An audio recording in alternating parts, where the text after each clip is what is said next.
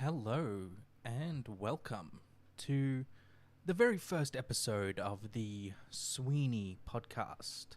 Well, not the very first episode. I think I've tried to do this several times before, but hopefully this will be the beginning of something that I actually follow through with this time. We shall see. This is what I'm calling the Rabbit Hole podcast. I'm thinking of doing a couple of different shows. Not really sure about it yet, but maybe a couple different shows and maybe some guests, some friends can participate. We'll just have to see about all that. This is a little surprise because I have not been active on this channel for it looks like 6 years. So the wait is over. The wait is done. And we are now active once again. Hopefully. I have actually no way of knowing. I am signed in. Okay, there you go. Yeah, that is active. And there is currently absolutely nobody watching, which is perfect for me. I think this channel has something like 300-ish subscribers. And that is way less daunting than trying to go live on the main channel. But hopefully we'll be able to grow this channel after a little bit. So what I'm thinking that this could be is some sort of side project, you know, just to get some content off of the main channel.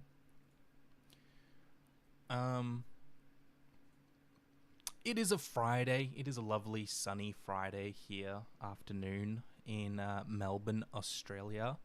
It is a hot day. It is just topping out at like 30 degrees Celsius, and my office is sitting at about 29.7 degrees Celsius right now. So if you hear a fan in the background, that is all that is from.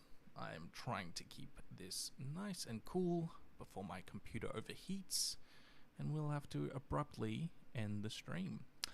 So, I have the live chat enabled. Obviously, there is nobody watching right now, but when this grows a little bit bigger, you'll be able to talk in the live chat. This will be some sort of interactive show. I don't really know what this is going to be yet. I'm sort of just winging it because my brain is full. It is filled to the absolute brim with too much, reading too much, and I go down these rabbit holes. So I thought, oh, let's do a little show called The Rabbit Hole and get this stuff out.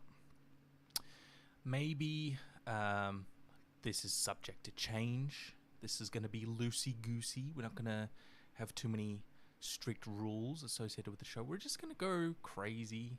We're just going to, go as crazy as a history-focused channel can go.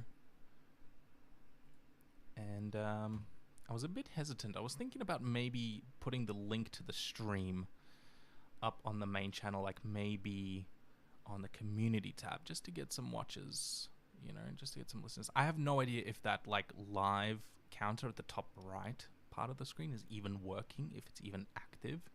I have no idea. But perhaps it is. I will know once somebody actually starts watching. I wonder if I open the stream on my side, if that'll do anything. But I don't want to risk it in case it just starts giving a little feedback loop. So, I've sent the link to a friend, and we'll see if that pops up. I really like this. I really like not being directly viewed right now. And I know that there'll be... Oh, look, somebody's tuned in.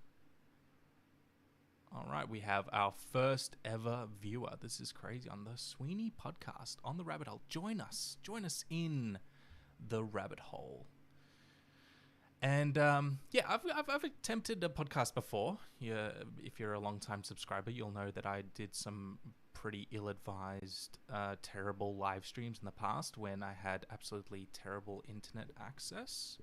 So that didn't go down very well, but I need some place to put all my thoughts, I need to have a place to just talk at you, I need a place to just sort of unfiltered talk about things that I'm working on, what's been going on.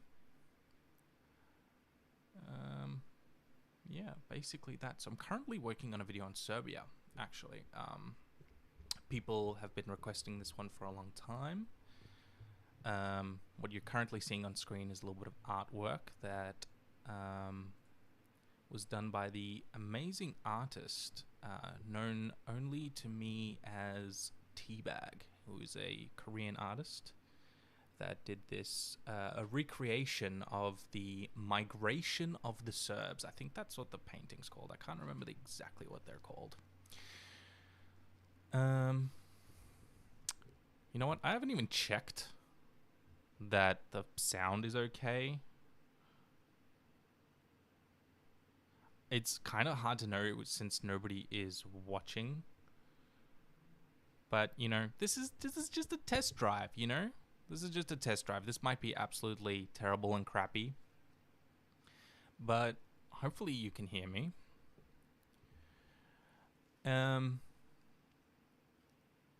Yeah.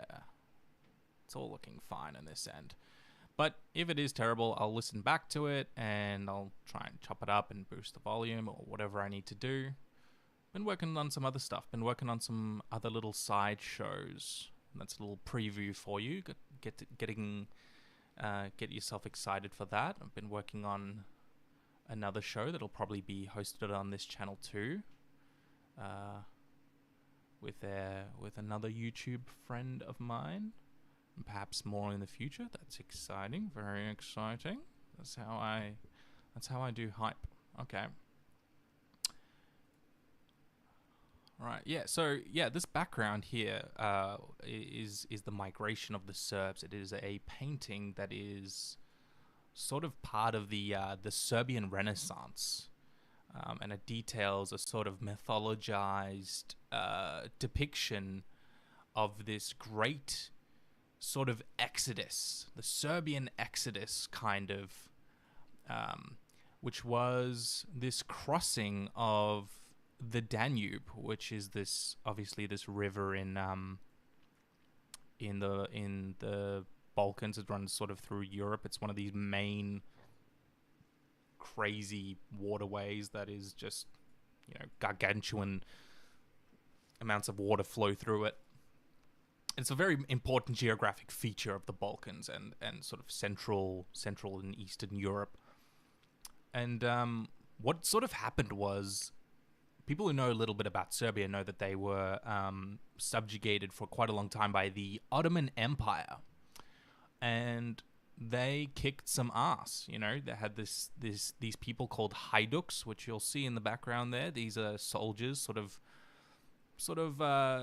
warriors that sort of acted as kind of guerrilla type fighters, and they would sort of get employed by foreign interests. These large empires like the Austro-Hungarian Empire or the Habsburg realms before that, and they were sort of these sort of quite excellent warriors, and a lot of these military traditions that can trace their roots back to these Balkan peoples fighting against the Ottoman Empire, because, you know, they were subject to a lot of ill treatment by the powers that be at the time. You know, there's these horrible stories about churches being looted and destroyed or converted into mosques. You know, there was this big religious tension between the two halves. You know, you had this Ottoman Empire, which was originally born out of this dynasty that came out of this Turkic Central Asian origin. It comes from the far-flung steppes of Siberia. They'd migrated over the course of a few centuries into what is Anatolia, the main part of what is today Turkey. And a dynasty arose from these people to become what was basically the dominant Islamic force in the ancient Near East, and they took over absolutely everything. And the Serbs were, of course, Orthodox Christians, and so that represented this big religious divide. And within Islamic sort of philosophy and Islamic law, there's a tolerance in place. There's a tolerance in place for people who are of other religions, depending on the religion, and varied, with time and by region and location. Sometimes you'll have sort of a local governor or something that would be quite tolerant, and others that wouldn't be. But basically, you could mistreat a Christian and face very little repercussions, at least as far as the Serbs themselves have to say, and all those peoples of the Balkans, which, whether or not that's trustworthy sources is a topic for another day. But what we do know is that from Ottoman records themselves, they weren't the best of friends at that time. They sort of imposed a lot of harsh difficulties on the Serbs and all the Balkan peoples, but obviously focusing on the Serbs for this. And the Serbs sort of ended up being quite an integral part of the Ottoman Empire. They were a very well-functioning part. They did a lot of mining. That was one of the things that was one of the major industries. And they also had a lot of investment into sort of martial strength and that kind of thing. It's all very, crazy long time. I'm sort of summarizing the centuries-long events into a very small piece of time. I don't know what I'm saying. Anyway, so they rebelled often against the Ottoman Empire, and a lot of them fled when the Balkans were being taken over. There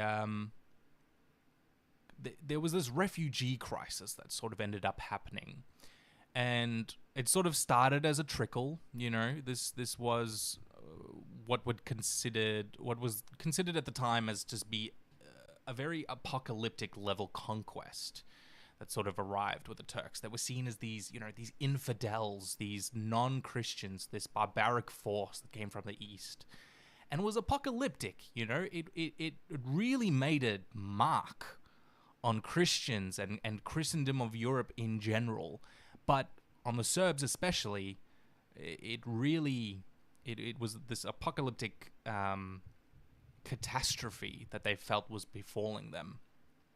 Especially because the Serbs have this really proud history that goes back to their migrations and how they were in a province of the Roman Empire, and then they eventually built up their strength and became emperors themselves. So for them to be subjugated by this Islamic Eastern power was spiritually humiliating, in addition to just being, a difficult circumstance to be under. So they rebelled quite a lot, and they got really good at rebelling. They would flee into the hills, and they would do sort of guerrilla warfare against the Ottomans. The Ottomans got really good at just burning down Serb villages and other Balkan peoples. It would burn down their villages, cause a refugee crisis, and people would flee. This became sort of a mainstay of what happened in the Balkans, and continues to be a mainstay well into the 20th century, And these people fled sort of north and west and all over the place, really. The people that could sort of started off as a trickle, like a lot of nobility. So before the Ottomans arrived, you had sort of classic European feudalism, kind of. You had these sort of bits of land that were awarded to people. It was a little bit different. Obviously, feudalism wasn't this one-size-fits-all system. It was a little bit different everywhere it was implemented. But you had this land-owning elite that would have the peasantry below them. And, they've all got words in their languages that I can't think of right now, but you would have this peasantry that were the working force, the labor that would produce value for these people, and they would go into the mines, and there were other people that would come into the mines, obviously, for economic value. You would have Germans, especially. Germans would come from Central Europe, these Saxons, I think, a lot of Saxons, and I can't think of any others, but they would get like special rights to go in and build a town, build a mine in that town, and then go and extract iron or other kinds of ore and precious metals, that kind of thing. But generally, the economic value, the vast majority of the economic value was happening through, serfdom, essentially. There were these serfs, these peasantry that were sort of bought and sold, kind of like commodities. And when the nobility were fleeing the Ottoman advance, they took what they could with them. They took what value they could with them, and a lot of the times that was their peasantry. So they would organize these trickles of peasantry migrating sort of north and east into, the coastline, sort of Herzegovina and Bosnia, Croatia, and especially Hungary. So Hungary was this like northern kingdom, this vast northern kingdom that had been established, became really, really strengthened and powerful in the Middle Ages, sort of the year 1000, I think.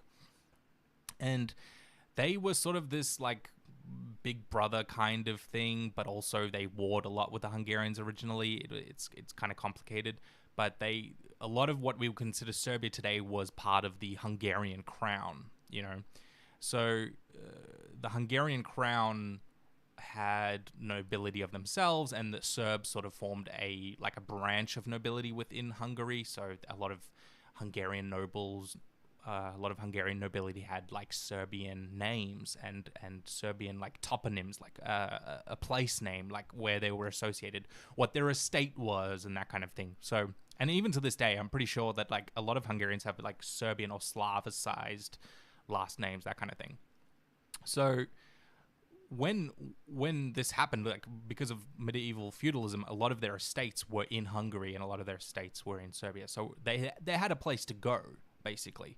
So if you had an estate in Serbia and then Serbia gets taken over by the Ottomans, of course people are gonna take what they can and flee, and that was sort of the beginning of this vast migration. It wasn't just Serbs; there were Albanians, these like there were Bulgarians and all these like different ethnic groups. A lot of Vlachs. Vlach is like a word that means like these descendants of Romance-speaking people who initially sort of fled to the hills themselves. They were like this.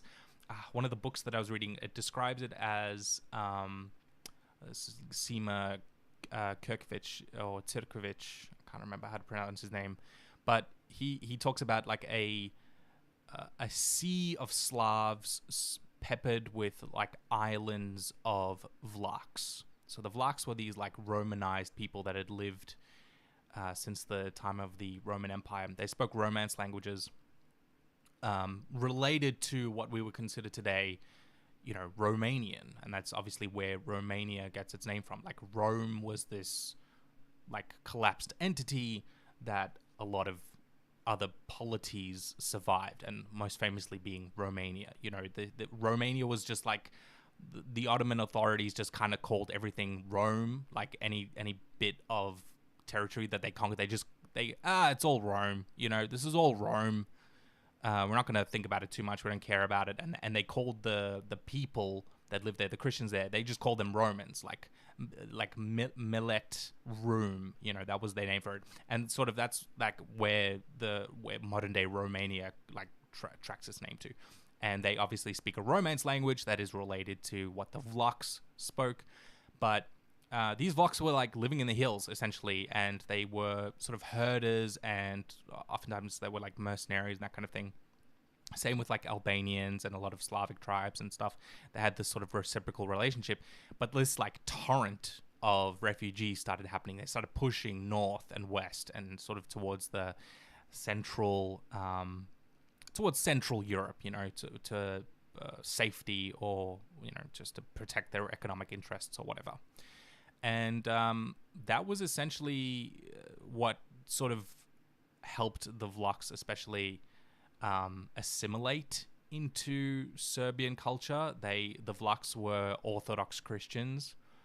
There was this big split between the churches. I'm going on a lot of tangents here. I don't know how much detail to give. So the Vlachs were Orthodox Christians. That's the important part. And the Serbs were Orthodox Christians, and because they were like fleeing from their Orthodox homeland and they were being transported to these sort of Catholic heartlands where sort of modern day Croatia, Dalmatia, Venice, Germany, and Austria and Hungary, that sort of area, those were very much Catholic heartlands.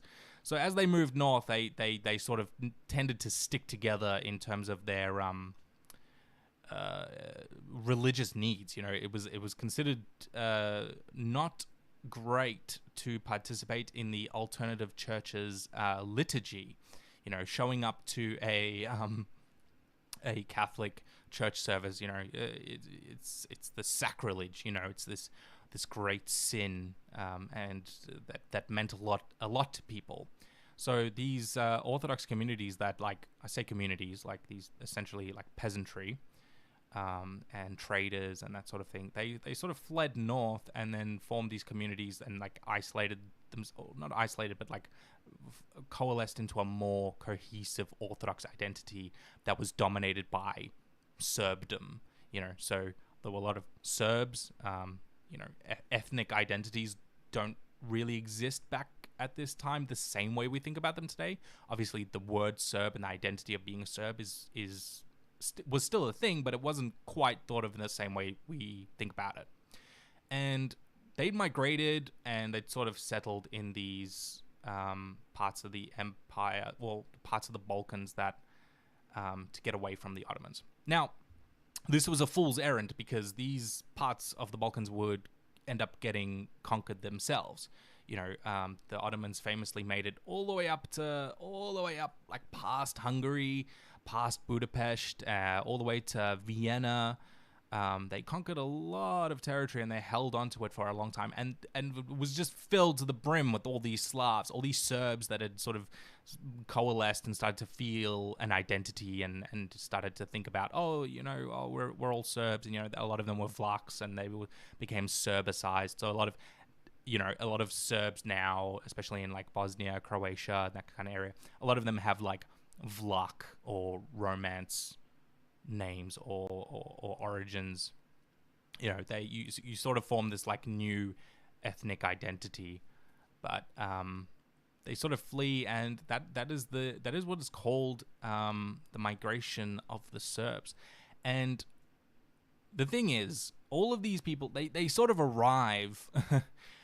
It's a major disruption, right? It's a major disruption to the economics of Central Europe. This is a flood of refugees, and they weren't the only ones. Like I said before, there was tons of people just like fleeing this Ottoman advance and war and bloodshed and horrible, terrible things that were, you know, like fiction has no idea. Like fiction couldn't even tell you half of it, you know.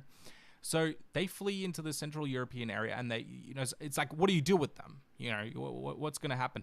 And luckily for them, you have this family, the Habsburgs, the famous Habsburgs. They're like a Central European dynasty that originally started out as they owned like a castle in Switzerland, I think, and then they sort of became really powerful in what is today Austria. That was like their base, and they at the time was sort of starting to build a real state. You know, they were in this like long protracted conflict with, you know, what does it mean to be in power at the time? You know, who has the right to rule?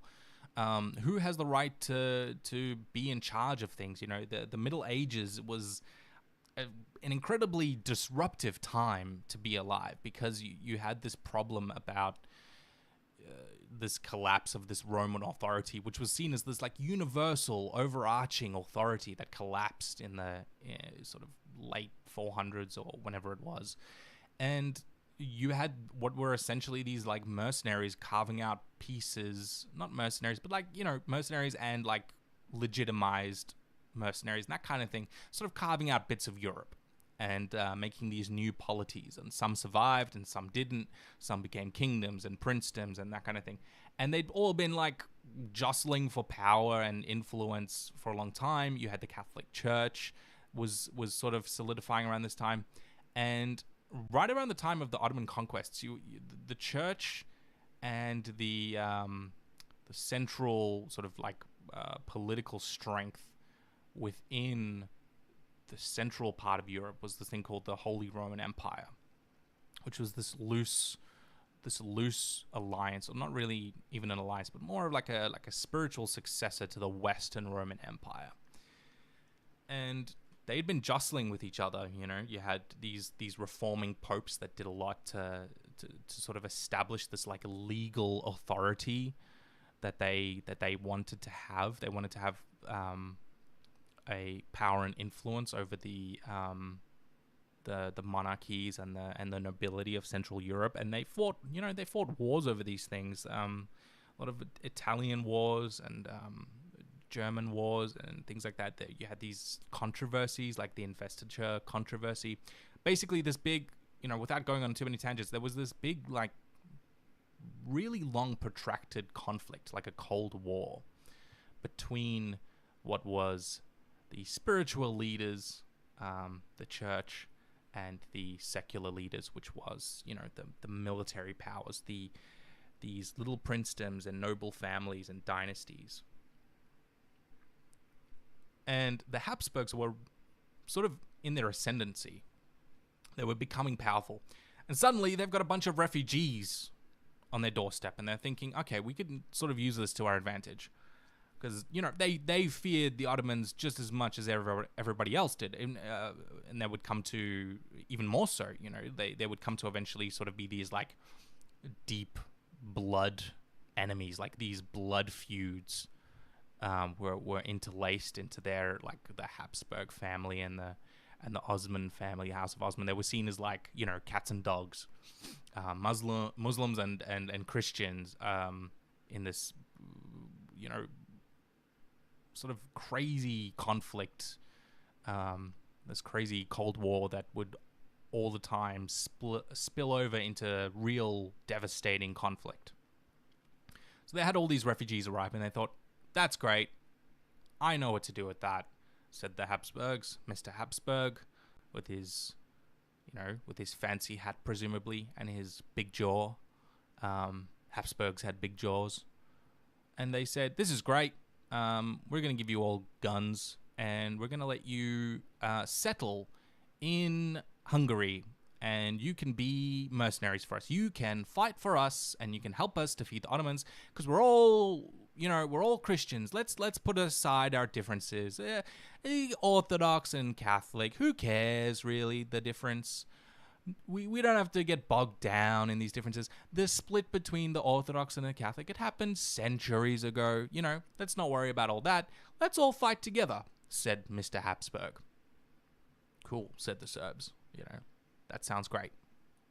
And they would eventually become these mercenaries, essentially.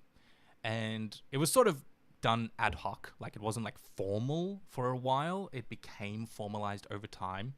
But basically the Ottomans took over like these huge portions of, what is today Hungary.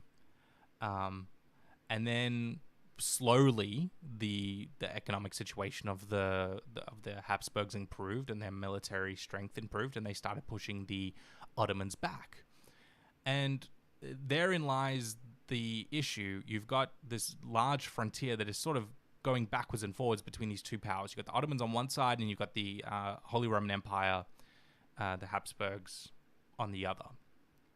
And what they start to do is they say, okay, we're going to take all of these fighting people, we're going to plant them, basically. We're going to plant them in these long pieces of land that had either been devastated by war or refugees, that kind of thing. These depopulated lands, these counties and things like that. The Hungarian, mostly Hungarian pieces of land that had been, depopulated and devastated by war. And they said, okay, well, you go settle them, with our blessing, and we'll give you certain privileges in exchange. Cool. You can have your Orthodox faith protected initially, and you don't have to be forcibly converted to Catholicism, which is lovely. That's what the Orthodox love. They love not being forcibly converted. That's great. cool. They love shooting guns. They get spears. Cool, we'll fight the Ottomans. And they get planted. Not the only ones. There's tons of these like refugees, or what amounted to refugees. And what this does is it sort of sends a signal to all the Christians living within the lands conquered by the Ottoman Empire. And that signal says, hey, come over here. Come fight for us. Be on our side. We're all Christians. We're all friends. Hey, come and be with us. Come and help us out, and we'll all fight together, and we'll destroy the Ottomans together. It'll all be great. It'll all be dandy. It'll all be just rainbows and sunshine. So what ended up happening is that they said cool, and they're going to fight against them. And then you had these sort of these guerrilla warriors within the Ottoman Empire who were, these Serbs, and they called them haiduks, which essentially just means like a bandit, like a bandit, like a warrior, a guerrilla warrior, cowboy, sort of renegade, lives up in the hills, and every time an Ottoman ox cart full of gold comes through the valley, they descend onto the ox cart and they do a lot of damage, and they essentially just disrupt the Ottomans. They give them a real good bloody nose and make it hard, make it economically hard to be a conquering power, to varying degrees of success. And the Ottomans sort of, obviously don't take too kindly to rebellion, and they treat these rebels very poorly. And they sort of start taking more of a note about these Serbs. They take more care in how they're dealing with them, because they realize, well, these guys like to rebel. They themselves given certain privileges that, at least as far as they saw it, I don't know if it would have felt exactly the same way for the Serbs involved, but they were sort of given these privileges. They were allowed to resurrect their patriarchate, which was their highest authority within their church. When the parts of the Serbian realm, sort of disintegrated prior to the Ottoman advance, but the Ottomans really put the nail in the coffin, right? And the last patriarch of the Serbian Orthodox Church dies at some point, and then the Serbs said, hey, we're going to do a synod, we're going to do a little meeting of all the church leaders, we're going to elect a new patriarch. And the Ottomans said, fat chance, that's not happening. We don't need you having something like some political figure to unite behind. And it turns out they were probably had the right instincts with that one. Because what ended up happening is you get these Serbs sort of advancing into high positions of influence within the Ottoman court, and they managed to get the patriarchate restored. The patriarch is once again in power in the Orthodox Church. I'm currently working on that section of the video right now. If you couldn't tell, that's why this is on my mind. This is sort of kind of the rabbit hole idea of this podcast. This is what's on my mind. I am going crazy having nobody to talk to about it. And because the videos take like 30 years to make, animation is a terrible medium for time resources. So I go a bit crazy with this stuff. So I thought, hey, I'm just going to get on live and do a little live podcast for you, so you can hear my crazy ramblings, and that my family does not need to listen to it for the 500th time when they would rather be sleeping. So the patriarchate gets restored, and then the Ottomans sort of think to themselves, what are we going to do here? These people, they start cracking down on the Serbs, and this obviously has the intended consequence of making the Serbs rebel even more. Shock and horror. And a lot of them start, in trickles migrating towards Hungary. Like a lot of this is tied up into a lot of prestigious military things. Like I'm not a military historian at all. I don't care about military history, but a lot of military traditions trace their roots back to this time. Most famously the Hussars, which was this sort of started out as this like light cavalry, sort of on the open steppes. There's big open flatlands of Hungary. So it's possible that they trace their roots to some of these haiduks. So along the border of the mighty Danube, you would have these haiduks essentially that sort of became formalized and became these hussars. And then obviously hussars as a tradition itself spreads like crazy into these parts of Europe because they were sort of well trained and quite effective against the enemy and whoever it tends to be. And they were initially, I think they were sort of initially like this light cavalry sort of thing, and then they sort of became various different kinds of cavalry. So they did heavy cavalry, the famous winged hussars, that kind of thing.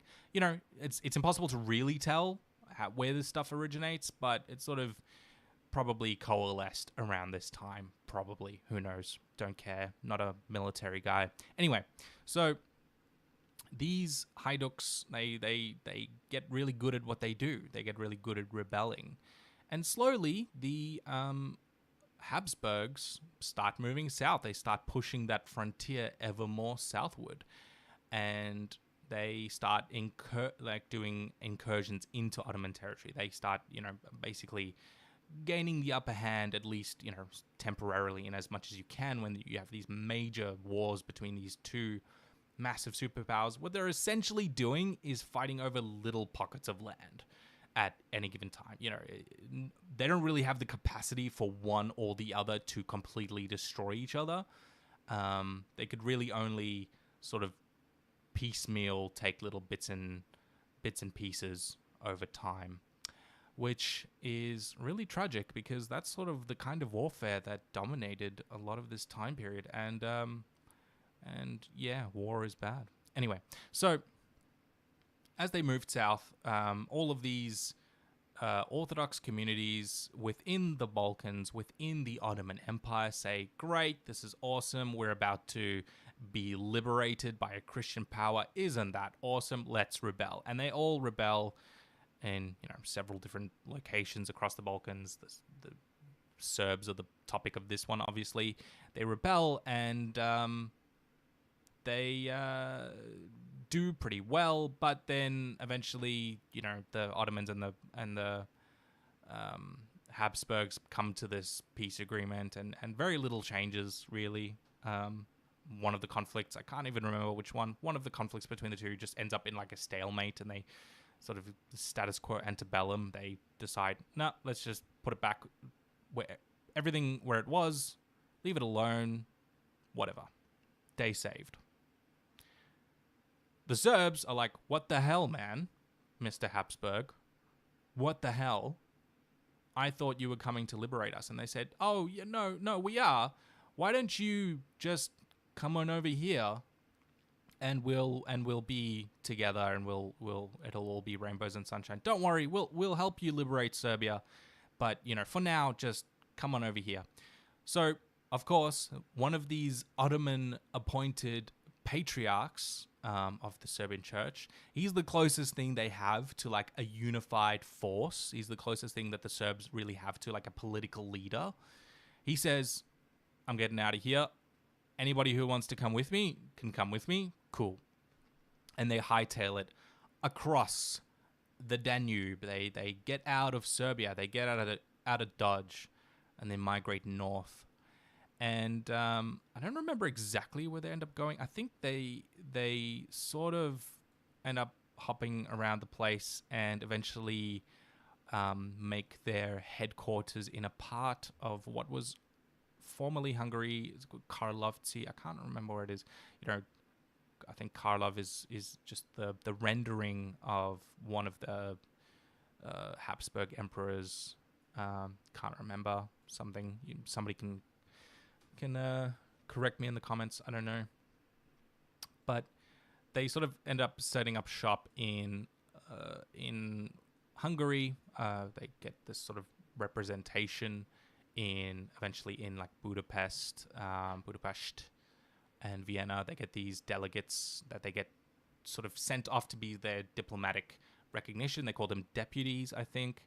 They get represented in the Vienna court and the court of Budapest, and they can sort of take their privileges, these privileges that were granted to them originally by the Mr. Habsburg. I can't remember exactly which one it is, but they say, here, you can have these privileges and you can have a little town to yourself, and you can come and be part of us. So that is essentially, this is a very small piece of the story, obviously. It'll all be covered in the main video. But this migration of the Serbs, this is a depiction of that. I think in the center of that image there is the patriarch himself. I think his name was Arsenia II. And this isn't even the only Great Migration. Who knows if this event actually took place? We don't know for sure. In a sense that we don't know if it was just one big group of people that just like migrated across the Danube and said, "Hey, we're Hungarian now. We're Habsburg now. Let's all be Habsburgs together." It was probably a protracted migration. There's some records that are kept in, the Habsburg records sort of record families and clans, and they don't really tell you exactly how big the families are, and it's impossible to really know the exact numbers, but probably thousands, in the tens of thousands maybe, migrated across and sort of joined those who had already moved and became part of this Serbian diaspora. This is like a cornerstone event of Serbian nationalism. It is a cornerstone, I don't even know if that's the right word, but like a big foundational event for them. You've got these sort of, whenever you build a nation, whenever you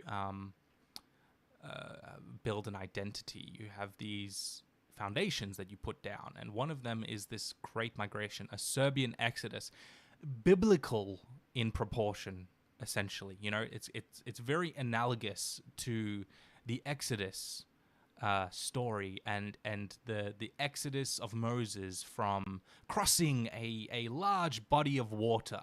You've got the Red Sea that lay between Moses and Mount Sinai that they crossed in this great, fantastical sign of divine blessing. This is very much the literary inspiration for what eventually becomes this like Serbian exodus.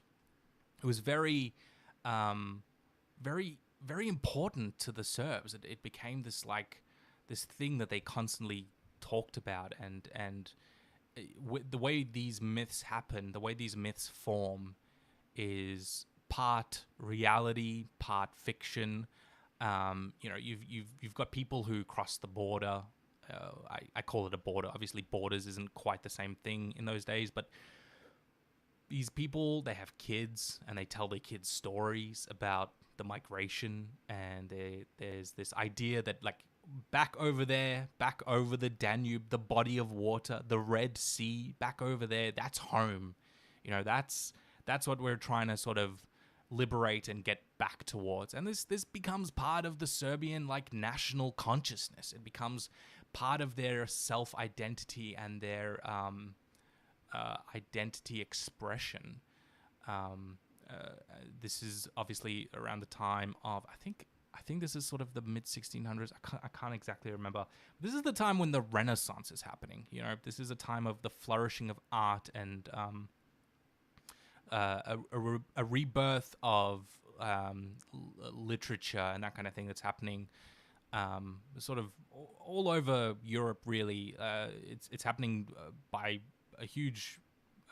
a lot of it's happening in, most famously in Italy and in like Northern Europe, in the Low Countries and that kind of thing. So at the time, this sort of like blends into what was happening in the broader European Renaissance at the time. And this becomes super important. Like if you talk to Serbs about their history, this is like a badge of honor that they wear. and it is one of those things that becomes like a foundation stone. It becomes a foundation of national identity and everything that identity births, which is nationalism. It's this, we did this great thing that it's a sign of divine blessing. It's we're the chosen people, and it's blending with already other foundations. Christians inherited this like idea of divine blessing, and that sort of migrated into the European monarchies. They were sort of shown to be or made a claim about, hey, we've got divine blessing. If we're in charge, we're in charge because God says so. So when they're having this conflict with the church, you can imagine that's a big conflict that's happening. That's a conflict between this church structure, the people who claim to represent God on earth, these who themselves can't even agree, right? There's this massive schism that's happened between Orthodox and Catholics, just to name the early ones. Not even the early ones, but like some of the easier to understand ones. And this was like the problem of who has the right to rule. Is it the king? Is it the church? This was a major philosophical problem, and the Renaissance loved philosophical problems. So the Habsburgs were among those that made their stake. They said, we think we are in charge, and we're in charge because God says so, and to prove it, we're going to go out and prove ourselves and gain great military victory and protect Christians and blah, blah, blah, blah, blah. So they sort of take on this role in the Holy Roman Empire. They were often occupied the role of Roman emperor. That's what they called themselves. They didn't call themselves Holy Roman Empire. That's like a modern name for it. They called themselves Roman emperors. That's what they thought they were. That's the legacy they thought they were inheriting. And they got really powerful in that way. And what was happening, this Renaissance, all these philosophical problems were birthing new ideas, and those new ideas were things like, where do we come from? What's our history? Do we have the right to rule? That kind of thing. The Serbs heard all of that. They were part of that. They got themselves integrated into a rapidly changing world. This is the Renaissance was a rapidly changing time in European history. You've got this explosion in art and culture and all that good fun stuff. So they start writing their own things down. They start piecing together what remains they have of their oral tradition and their record keeping. The medieval Serbian state kept a lot of records. Not a lot of it survives, but a lot of it does, and a lot of it is lost, and we have just like references to it. These sort of collections. Some monk will decide, I'm gonna go travel to all these monasteries, and I'm gonna go to this one, then this one, then this one, and gather everything I can, and copy it down before it disintegrates, or bring it over, and that kind of thing. So they try to piece together their history. We don't have the same thing as they didn't have the same thing that we have today, where you just sort of you grow up in a world with universal education. You go to school, you learn things, you learn about where you're from, what happened. The British took over Australia, and Australia became a republic. They don't have that same thing. They sort of rely more on these more nebulous ideas, these folk songs, these poetry, these music, that kind of thing, word of mouth, oral tradition. The very elite have access to written records and that kind of thing, but it's only the top brass that really have access to this stuff, because they're only the top brass are literate to begin with. So this idea of like an identity that is forming around this time, it's really in its infancy, but they have this consciousness of like some cool thing we had down there below the Danube. Down there, we Christians, we had a big empire. It was something really cool. Great, we want that back. Let's tell stories about it. Let's reminisce and create these stories. And the migration of the Serbs is one of them. It's this mythologized migration, a vast majority, sort of vast quantities of people that sort of made their way north and settled in what was then the Habsburg Empire. And it's quite fascinating. I've over the course of my life, I've become very interested in these myths and how important they are. We live in the age of the nation state, which means one people, one place, that kind of thing. It's this sort of hard to define, but this political, sociological structure that has sort of governed us for a long time now, like a few centuries, and we're wrestling with the same problems that they were wrestling with. We're wrestling with the idea, what is legitimacy to rule? Who deserves to rule and why? And a lot of it becomes the dominant force that wins out in these arguments is nationalism. It is, we are all united because of X, Y, and Z, and therefore we must have a state, and therefore it must be on this specific southern piece of the Danube where all our rich cultural heritage comes from. It is this where all our beautiful monasteries that were built by our emperors are, and that becomes like this ingrained thing. And nationalism is that strong, extremely strong, powerful force that has resulted in the creation of pretty much the majority of the world's countries today. I don't know. I'm not a sociological expert, so don't quote me. But there's it's really fascinating to see this stuff and to really reckon with the origin of these myths. It's a lot of fun. I've been enjoying learning about it, reading some great history books. There's my dog in the background. You can probably hear having a dream. It is really hot in this room. Next time, I must pick a day that is a little bit cooler. So, about this show, that's what it's going to be. It's going to be me rambling like that, like an idiot for however long. This channel is a small side channel, obviously, like I said before. It's not been active for a very long time. This is where it's going to be active, hopefully, from now on. And I'm just going to try and do this somewhat regularly. It's going to be a rabbit hole. We're just going to go down a rabbit hole. I'm going to go crazy talking about things that have been on my mind, like the great migration of the Serbs. I've got some other stuff here. That is the background of the channel, and then I've got this. This is awesome. So this is also done by an artist named Ravignon. She is a YouTuber, and she's got her own channel. I've got it listed there, and this is something that predates the Serbian migration by quite a lot. This is the Serbian dynasty of sacred roots. It is like a root that is implanted in the ground that supports a great tree, a great family tree, if you will.